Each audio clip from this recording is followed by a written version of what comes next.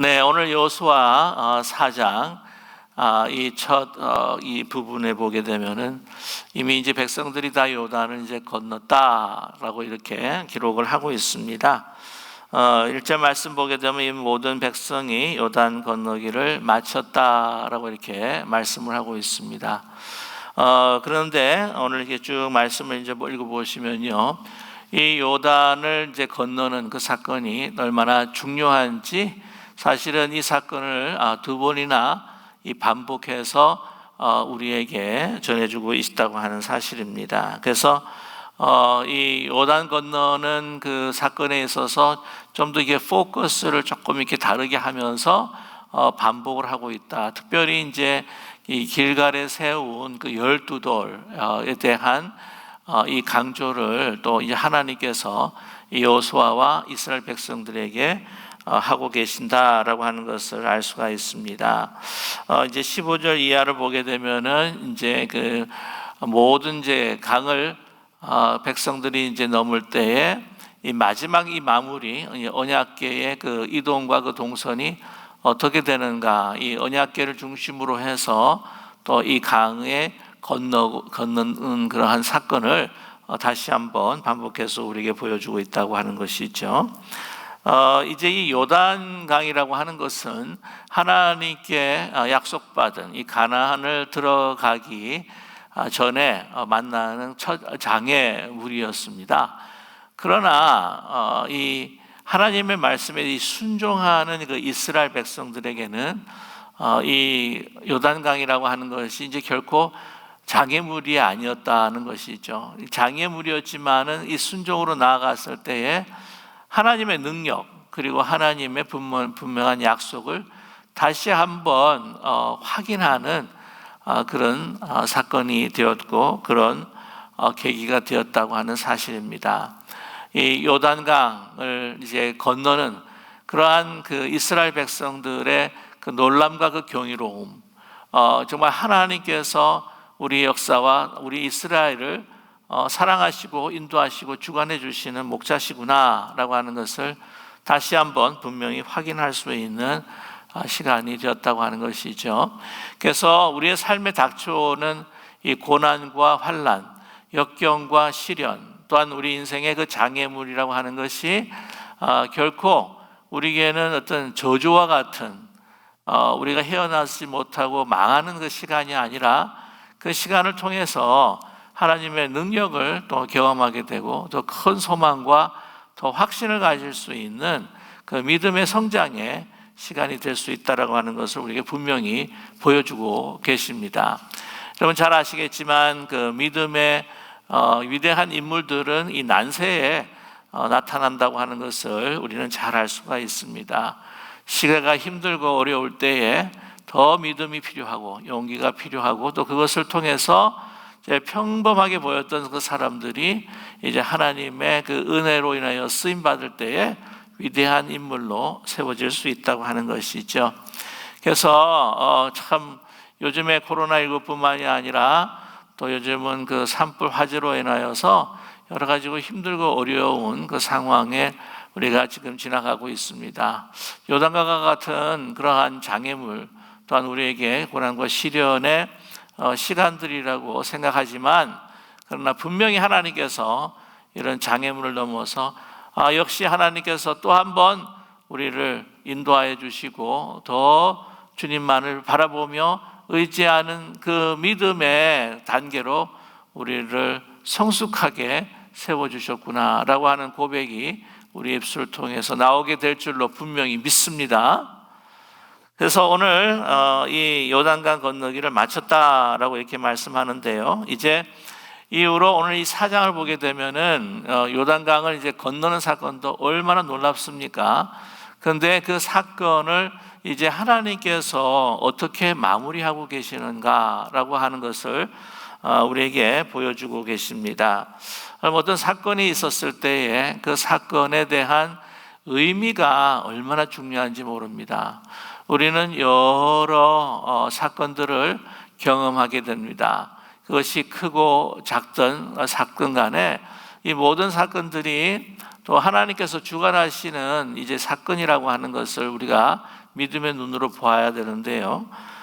이 아무리 큰 사건이라고 할지라도 그것에 대해서 우리가 의미를 부여하지 못한다고 한다면, 그것을 신학화하고 신앙화하지 못한다고 한다면 아무 소용이 없다고 하는 것이죠.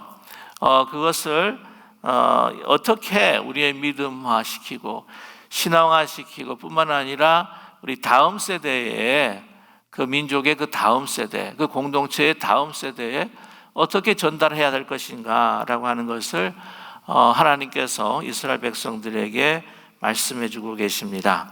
자, 오늘 보시게 되면은 그 여호수아에게 이릅니다. 각 지파에 한 사람씩, 그래서 12를 뽑게 되지요. 그 이유가 무엇이냐라고 하면 우리 3절 말씀을 보게 되면, 지금 언약궤를 메었던 그 제사장이 지금 요단강 한가운데 서 있다고 하는 것이죠. 그곳에다 그곳에 있는 12돌을 택하라라고 이렇게 말씀하고 있습니다.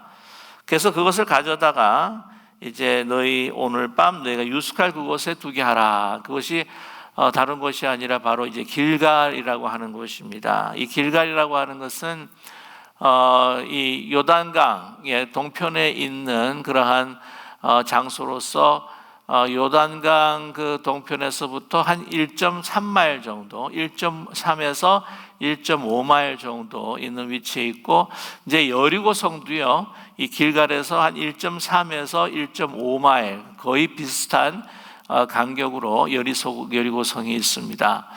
참고로 말씀을 드리면 지금 그 여리고 성이라고 하는 것이 요단강에서부터 한 200m 높이 정도가 되어 있는데, 이제 그 장소가 그런 거죠. 그러니까 성을 쌓고 거기에 이제 망대가 있게 되게 되면은 꽤 이제 높이 올라가서 이 요단강을 바라볼 수 있다고 하는 것이죠. 지금 여리고성에 있는 사람들은 지금 이 이스라엘 그 백성들이 요단강을 건너고 길갈로 들어오는 그 모든 그 움직임들을 지금 다 한눈에 보고 있다고 하는 사실이죠. 자, 하여튼 그런 가운데에 길갈에다가 이 12돌을 이제 세우라라고 그렇게 이야기를 합니다. 이 12돌을 이게 세울 때에 생각을 해보게 되면, 여러분, 이 강가에 이 물로 인해서 마모가 되고 또 이 된 그 돌들은 굉장히 이제 맨들맨들한 돌들이 좀 많지 않습니까? 그러니까 그 길갈에 12돌을 이제 세우게 되게 되면은 이 다른 돌과는 좀 다르게 굉장히 좀 매끈한 돌이 된다는 거죠. 좀 다른 주위에 있는 돌과는 좀 더 특이한 돌일 수밖에 없었을 것입니다. 아무튼 그 유숙한 곳에 두라라고 그렇게 이야기를 하고 있죠. 나중에 그 이유에 대해서도 다시 한번 말씀을 드리겠습니다만은, 이제 그래서 하나님께서 말씀하고 명령하신 대로 12를 뽑아서 이제 불러서 그대로 행하게 됩니다. 돌 한 개씩 가져다가 이제 어깨에 매라라고 이렇게 이야기를 하고 있는데, 어깨에 맬 정도가 되면은 작은 돌도 아니고 또 그렇게 그냥 뭐 큰 돌도 아닙니다.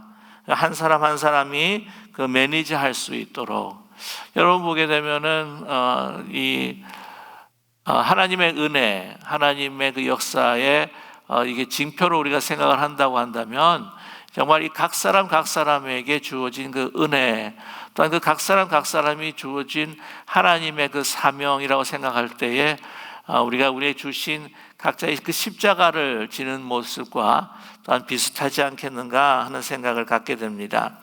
자, 12사람이 어깨에 메어서 이제 이 요단강 가운데 있는 그 돌들을 이제 길갈로 옮기게 된다고 하는 것이죠. 6절의 말씀에 그 이유를 설명하고 계십니다. 이것이 너희 중에 표징이 되리라. 후일에 너희 자손들이 물어 이르되 이 돌들은 무슨 뜻이냐 하거든. 돌들에 대해서 이제 물을 것이라고 하는 것이죠. 우리 후손 자손들이 그랬을 때에 너희들 그 자손들에게 이렇게 설명하라 라면서 7절에 말씀합니다. 그들에게 이르기를 요단물이 여호와께 앞에서 끊어졌나니 그 언약궤가 요단을 건널 때에 요단물이 끊어졌으므로 이 돌들이 이스라엘 자손에게 영원히 기념이 되리라 라고 이렇게 말하라고 하는 것이죠. 이 후손의 그 믿음을 전수한다고 하는 것, 이 지금 이 역사를 경험한 세대뿐만이 아니라 그 후손에 대한 그 믿음이 계속해서 내려가서 이제 가나안을 정착하고 정복하고 이제 정착하는 가운데에 그 자손 대대로 여호와 하나님의 그 능력 그리고 그 약속들을 기억할 수 있도록 이제 그 기념돌들을 이제 세우게 된다고 하는 사실입니다. 이러한 비슷한 것이 좀 있었었죠. 이제 그 만나를 하나님께서 내리실 때에 이 만나라고 하는 이름 뜻이 뭐 이것이 무엇이냐라고 이렇게 하는 뜻이 바로 만나라고 하는 그 뜻이 아닙니까? 그래서 만나를 먹을 때마다 이 만나를 이야기하면은 이게 무엇이냐라고 하는 자연스러운 질문이 되지요. 이 만나를 또 우리 후손들에게 그 가족들과 함께 같이 이제 이야기를 나누는 것입니다. 이것이 하나님의 은혜로 이 광야에서 우리가 살아갈 동안 하나님께서 공급해 주시는 은혜다라고 하는 것을 이 자손에게 가르치기를 원했습니다. 여러분 잘 아시겠지만은 그 이스라엘 민족들에게 있어서 이 신앙을 유산으로 물려주는 것을 주는 것이 아주 전통으로 되어 있는데 그 어느 민족보다도 정말 그런 부분에 있어서는 탁월하고 정말 유별날 정도로 알려져 있는 이 이스라엘 민족입니다. 2000년 동안 넘게 유리방황을 했다고 했어도 다시 그렇게 건국을 하고 또한 유대 민족이 이 세계 가운데서도 그렇게 탁월할 수 있었던 것은 여러분 너무나 잘 아시겠지만 바로 이 신앙의 전수, 이 믿음의 유산을 이 자손 대대로 넘겨주었다고 하는 것이죠. 뭐 잘 아시겠지만은 연구를 해본 결과 이 유대 민족들의 그 IQ가 높아서 그런 거냐? 결코 아니라는 거죠. IQ는 한국 사람이나 일본 사람들이 유대 사람들보다 더 높다고 하는 것, 뭐 한국 사람들이 뭐 최고 높다고 하는 이야기까지 조사도 나온 것을 여러분 잘 아실 겁니다. 이게 우리가 살아가면서 중요한 것은 IQ도 중요하겠지만 그러나 뭐 요즘에 뭐 EQ다, 뭐 Emotive Intelligence Quotient라고 해가지고는 뭐 EQ다 그러고 하지만 이 중요한 것은 바로 이 마음의 평안과 정말 이 생각에 흔들리지 않는 그런 믿음과 용기를 가질 수 있는 신앙 지수다라고 하는 것을 이 이스라엘의 역사를 통해서도 우리가 배울 수가 있을 것입니다. 이 영원한 것을 이제 견념하라라고 이렇게 말씀을 하고 있어요. 자, 8절 말씀 보면 이스라엘 자손들이 여호수아가 명령한 대로 그대로 행합니다. 그래서 자기들이 그 유숙할 곳, 그것이 이제 길갈입니다. 그 길갈에다 두게 됩니다.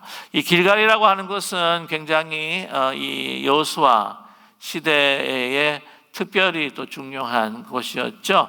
이스라엘의 본진이라고 이야기할 수가 있습니다. 그래서 이 가나안을 전부 여리고를 치고 그 다음에 이후에 이제 전쟁들을 쭉 할 때에 이 길갈을 중심으로 해서 이제 전쟁을 하면서 이제 정복을 하게 되지 않습니까? 그러다 보면은 이제 이 전쟁을 하러 나갔다가 또 다시 들어왔다가 이렇게 드나드는 그러한 헤드쿼터라고 말을 할 수가 있는데 이제 그때마다 이 이스라엘 민족들은 무엇을 봅니까? 그 길갈에 놓여 있는 이제 돌을 보게 된다고 하는 기념돌. 이 어디서 갖고 왔습니까? 이 언약궤가 서 있었던 바로 이 요단강에 있었던 그 12돌들을 이제 보면서 하나님의 은혜를 생각하면서 또 마음의 믿음과 확신과 용기를 가질 수 있게 된다고 하는 것이죠. 이 후손들뿐만이 아니라 정말 이 전쟁을 벌이고 정복을 하는 가운데에 있어서 이 가나안 땅을 정착하는 가운데에 정말 이 헤드쿼터가 되는 이 길갈에 드나드는 이 많은 이스라엘 민족들이 이 사건들을 또한 기억하게 된다고 하는 사실입니다. 우리 구절 말씀을 보게 되면은요, 하나님께서 여호수아에게 명령하시지 않은 것을 향한 것을 우리가 볼 수가 있습니다. 구절 말씀 보면 여호수아가 또 요단 가운데에 곧 언약궤를 맨 제사장들의 발이 선 곳에 열두를 세웠더니 오늘까지 거기에 있더라라고 이렇게 말하고 있죠. 여호수아가 요단 가운데 이제 언약궤를 맨 그 제사장들이 있는 곳에 돌을 이제 가져와 가지고는 길갈에 세우기도 했지만 그 발이 선 곳에 또 12돌을 세운 겁니다. 이것은 하나님께서 그 명령하신 부분이 아니에요. 근데 이것을 여호수아의 어떻게 보면은 그 재량대로 어떤 신앙의 그 양심을 따라서 여기다 12돌을 이제 세웠다고 하는 것이죠. 그러면 이제 분명히 조금 더 높이 세울 것입니다. 물이 한창 범람할 때는 아마 보이질 않겠지만 좀 이게 수위가 조금 낮아지게 하게 되면은 아마 보이지 않았을까. 이제 어떤 분들은, 어떤 학자들은 이제 그게 다 이 유속과 여러 가지 이 요단강의 흐름의 세기를 보게 되면 이게 다 무너지지 않았을까라고 그렇게 이야기하는데 아마 그것도 아마 다 계산하지 않았을까 하는 생각이 듭니다. 그리고 건기 같은 경우에는 정말 이게 낮아졌을 때는 이게 서 있는 것을 아마 볼 수 있을 것 같은데요. 보면은 오늘까지 거기에 있더라라고 이렇게 기록을 하고 있는데 또 이제 어떤 학자들은 예수님 당시에도 그것이 존재했을 것이다라고 이렇게 이야기하시는 분이 있습니다. 그 이유가 뭐냐면은 마태복음 3장 이제 8절에서부터 마태복음 3장 9절 이 두 구절을 보게 되면은 이제 세례 요한이 요단강에서 그 추측을 해보건대 이스라엘 백성들이 이제 그 건너갔던 그 근방에서 이 세례를 줬을 것이라고 이렇게 추측을 하면서 어떤 말씀이 나오냐면은 마태복음 3장 8절과 그리고 3장 9절을 보시게 되면은 이런 말씀이 나와요. 그러므로 회개에 합당한 열매를 맺고, 이게 세례 요한이 하는 이야기입니다. 속으로 아브라함이 우리 조상이라고 생각하지 말라. 내가 너에게 이르노니 하나님이 능히 이 돌들로도 아브라함의 자손이 되게 하시리라. 이렇게 이야기합니다. 이 돌들이라고 해서 이 앞에 아주 특수하게 정관사를 붙였다고 하는 거죠.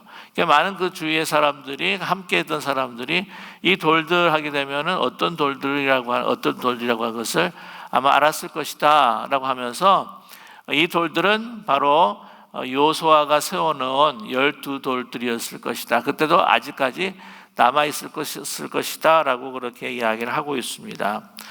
자, 왜 그런데 그 여호수아가 하나님께서 명령하시지 않으신 그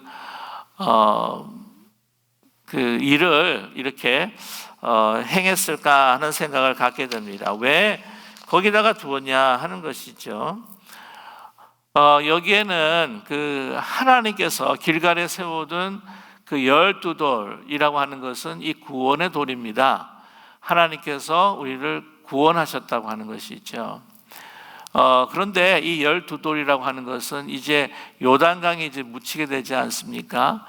여러분 잘 아시겠지만 이제 홍해가 갈라졌습니다. 홍해가 갈라지고 그 다음에 이 물이 덮쳤을 때에 누가 수장이 되었습니까? 애굽 사람이 수장이 되었다고 하는 것이죠. 죄로 인해서 심판받을 수밖에 없었던 하나님을 대적한 자들의 그 운명이라고 하는 것을 이 여호수아가 이 돌들을 통해서 이스라엘 백성들이 또한 기억하기를 원했다고 하는 것이죠. 여러분, 이 하나님의 그 말씀, 이제 언약궤가 그곳에 있었던 건데 그 언약궤에 있는 곳에 12돌을 이제 세우지 않았습니까?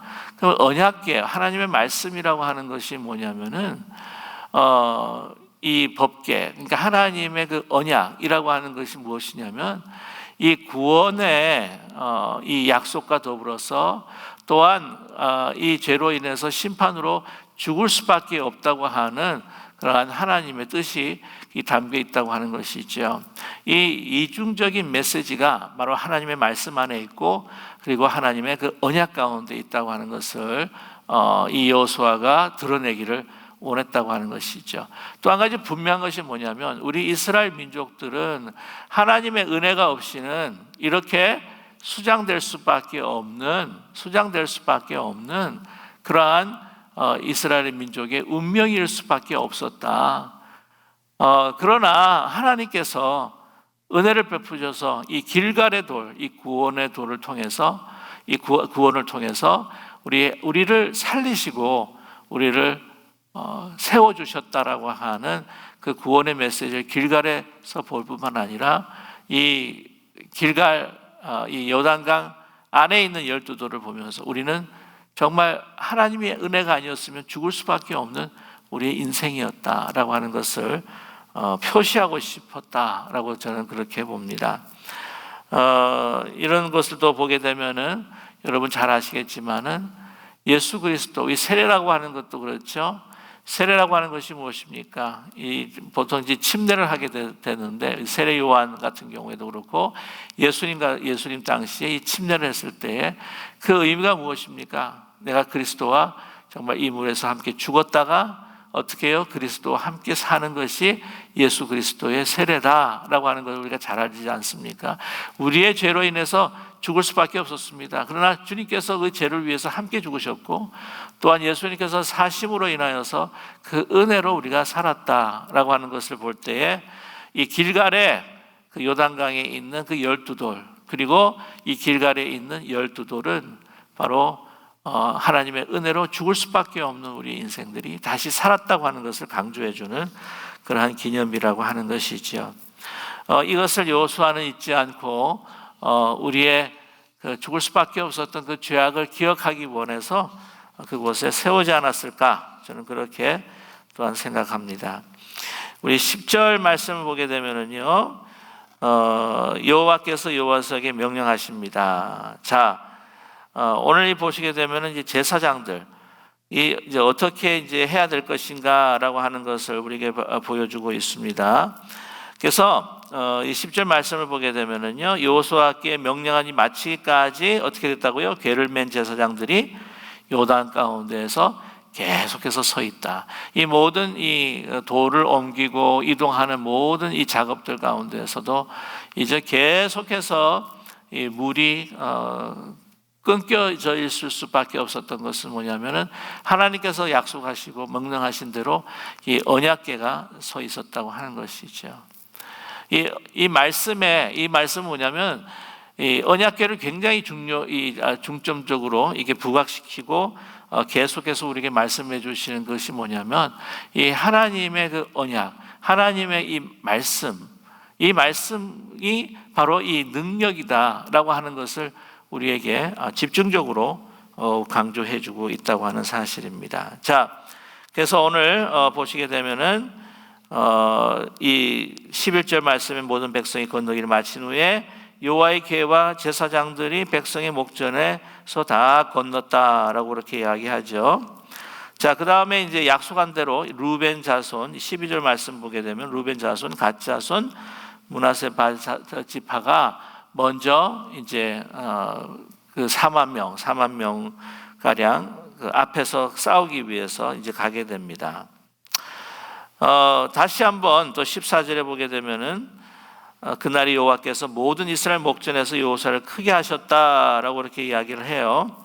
그래서 이제 이 리더십, 이 여호수아, 이 모세만을 바라봤던 그 리더십을 이제 이 사건들을 통해서 더 확고하게 하나님께서 여호수아를 세우셨다고 하는 것을 우리가 알 수가 있습니다. 요단강이라고 하는 장애물을 이제 우리가 건넜을 때에 이것은 하나님의 약속뿐만 아니라 여호수아의 리더십을 더욱더 강건하게 해주셨다고 하는 것이죠. 자, 오늘 말씀을 보게 되면은 쭉 똑같은 이야기입니다.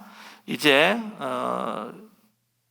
언약궤가 그 가운데 있었을 때는 물이 멈췄고 이 언약궤가 이제는 이동을 해서 육지에 그 제사장의 발이 닿았을 때 이제 완전히 다시 요단강이 흘렀다라고 하는 것을 반복해 주고 있습니다. 자, 여기서 또 한 번 반복하는 것이 무엇인가요? 20절이죠. 그 의미입니다. 길갈에 돌을 세우는 거죠. 여호수아가 20절입니다. 여호수아가 요단에서 가져온 12돌을 길갈에 세우고 이스라엘 자손들에게 말하기를 후일에 너희 자손들이 그들의 아버지에게 묻기를 이 돌들이 무슨 뜻이니까 하거든 너희는 너희 자손들에게 알게 하여 이르기를 이스라엘이 마른 땅을 밟고 이 요단강을 건넜다라고 이렇게 이야기하라고 하는 것입니다. 저와 여러분 다시 한번 이제 강조해서 말씀을 드리지만 이 요단강을 건넌 그 사건 자체도 정말 너무나도 중요하지만 이 놀라운 이 사건을 경이로운 사건, 기적과 같은 사건을 우리가 어떻게 매듭짓고 마무리 져야 되느냐 하는 것을 우리에게 분명히 말씀해 주고 있다고 하는 것이죠. 그것은 뭐냐면은 기념하라고 하는 것입니다. 기억하라고 하는 것입니다.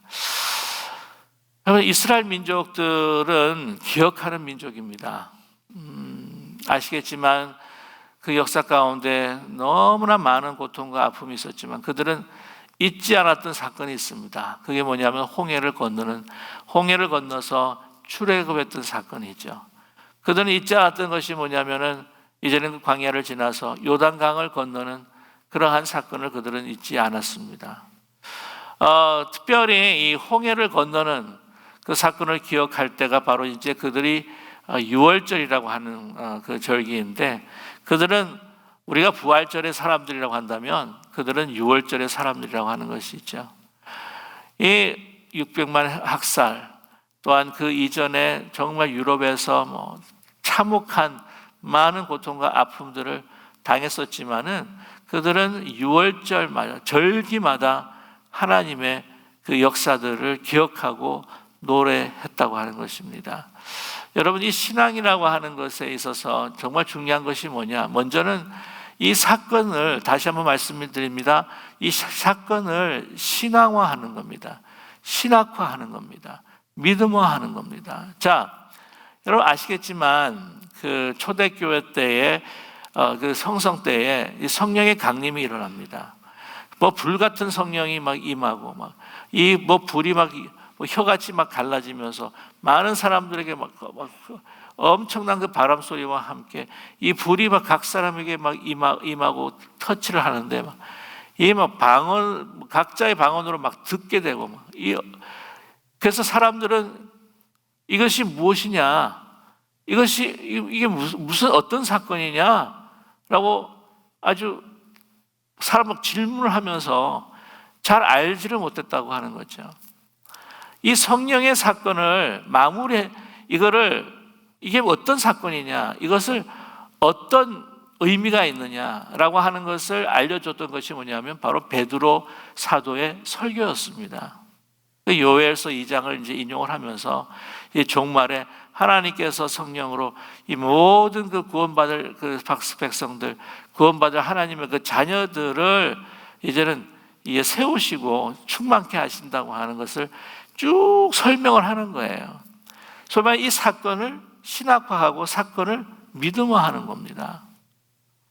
우리가 아무리 고통스러운 사고라고 할지라도 이 사고를 이 말씀으로 이 믿음으로 보면서 이것을 전환시킬 수 있는, 신앙화시킬 수 있고 믿음화시킬 수 있는 것이 바로 여호와의 역사이며 또한 우리의 믿음이라고 하는 것이죠.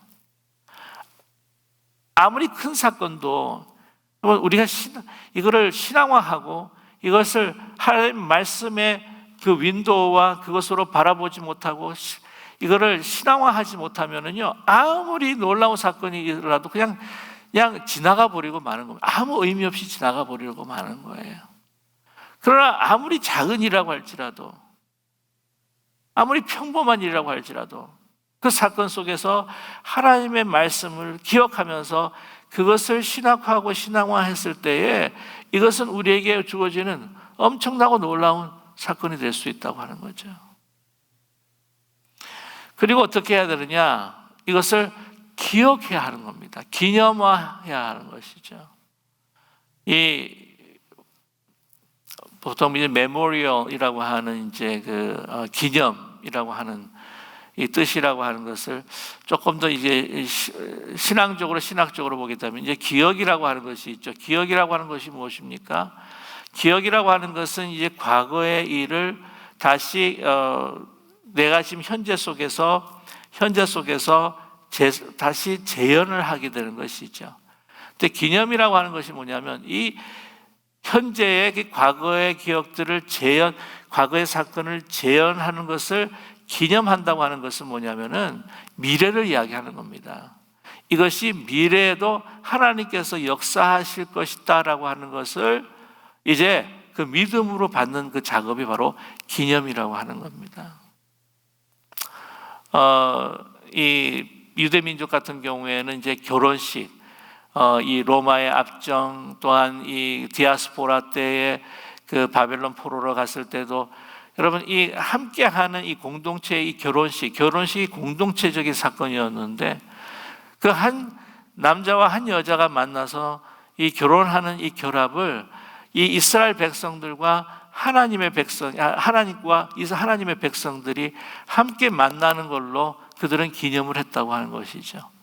축하를 하면서 결혼식에서 그들을 축하하면서 그들은 뭐를 기념을 했냐면은 하나님께서 분명히 우리를 구원해 주실 것이다 라고 하는 그것을 기념화하는 미래를 향한 하나님의 약속에 대해서 이것이 미래에 일어날 것이라고 하는 것을 다시 한번 확실한 현재의 그 재현이 일어나는 것을 이제 기념했다고 하는 것입니다.